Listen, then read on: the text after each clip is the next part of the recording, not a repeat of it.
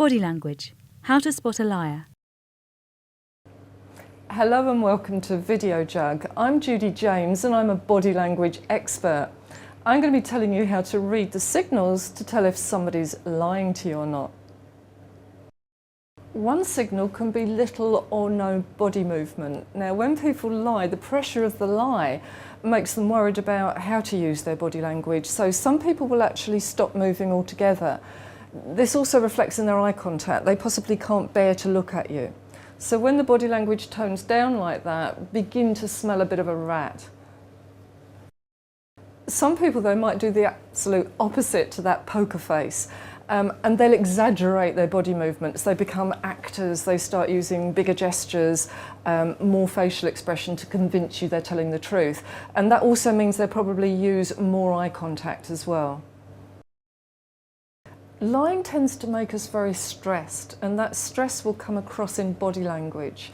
You get all sorts of strange gestures. You might get a lot of scratching or itching. People start to twitch and get uncomfortable. They might shuffle their feet a lot. And usually when you see that type of thing, or even more frequent, swallowing fast or blinking, that burst of adrenaline will normally mean that they might be being economical with the truth. We all know that eyes are a great giveaway. People often feel that if they look you in the eye, they'll be able to tell if you're lying or not.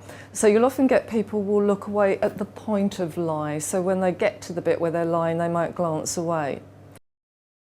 Or some people kind of replicate that innocence of childhood, and they might widen their eyes and look straight at you, like a small child trying to say, yeah, I'm telling you the truth. One of the most telling signs of a liar, though, is eye movement.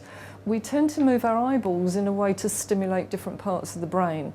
If somebody looks up and to the left when you ask them something, they're probably going into recalled memory, so they're probably being honest.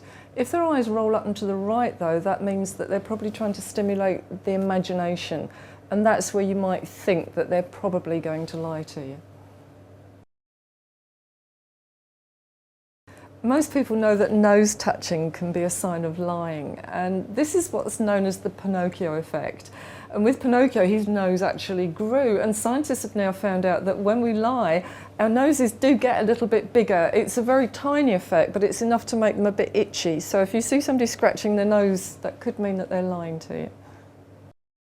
Mouth or face covering is a very childish bit of body language that we do when we're lying as kids. You're actually trying to hide your entire face. When we get older, we realise that won't work, but there's still a desire to do a little bit of face covering, and that might just emerge as mouth touching or mouth covering, particularly when you're telling the part of the lie that you're most worried about.